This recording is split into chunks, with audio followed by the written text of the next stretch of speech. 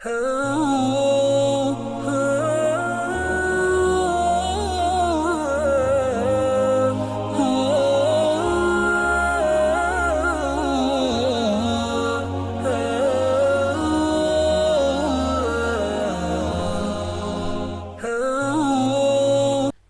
करता हूँ अल्लाह के नाम से जो बड़ा मेहरबान और अत्यंत दयावान है।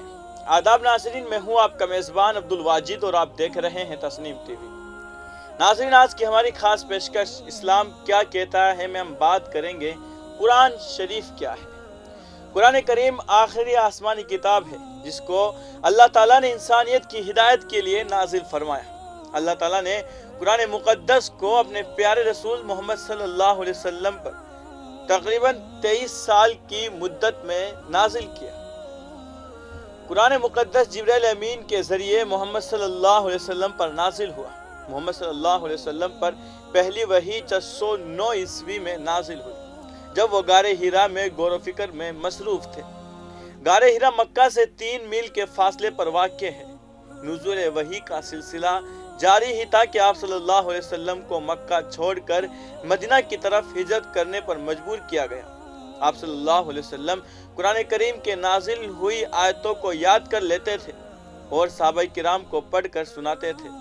बहुत से सहाबा किराम ने तो उनको फौरन याद कर लेते थे और उनको उस वक्त के जो लिखने के ज़राए मौजूद थे उन पर लिख कर महफूज कर लेते थे, मसलन दरख्त की छाल, पत्थर की तख्तियाँ और चमड़े वगैरह पर।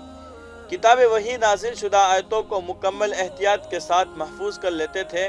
आयतों की जो मौजूदा तरतीब है आप सल्लल्लाहु अलैहि वसल्लम के ज़रिए की गई थी। कुरान करीम का हिफ्ज़ करने का सिलसिला अब भी जारी है और पूरी दुनिया में लाखों ऐसे मुसलमान हैं जिन्होंने कुरान करीम को अपने सीनों में महफूज कर रखा है और इंशाअल्लाह क़यामत तक का सिलसिला जारी रहेगा। कुरान करीम के 3 बुनियादी मौजू हैं: तौहीद, रिसालत, आखिरत। कुरान करीम हक व सदाकत का एक बेमिसाल मजमुआ है और इसके अंदर ज़िंदगी गुजारने का मुकम्मल ज़ाब्ता और एक आइडियल मुआशरा बनाने की पूरी रहनुमाई मौजूद है।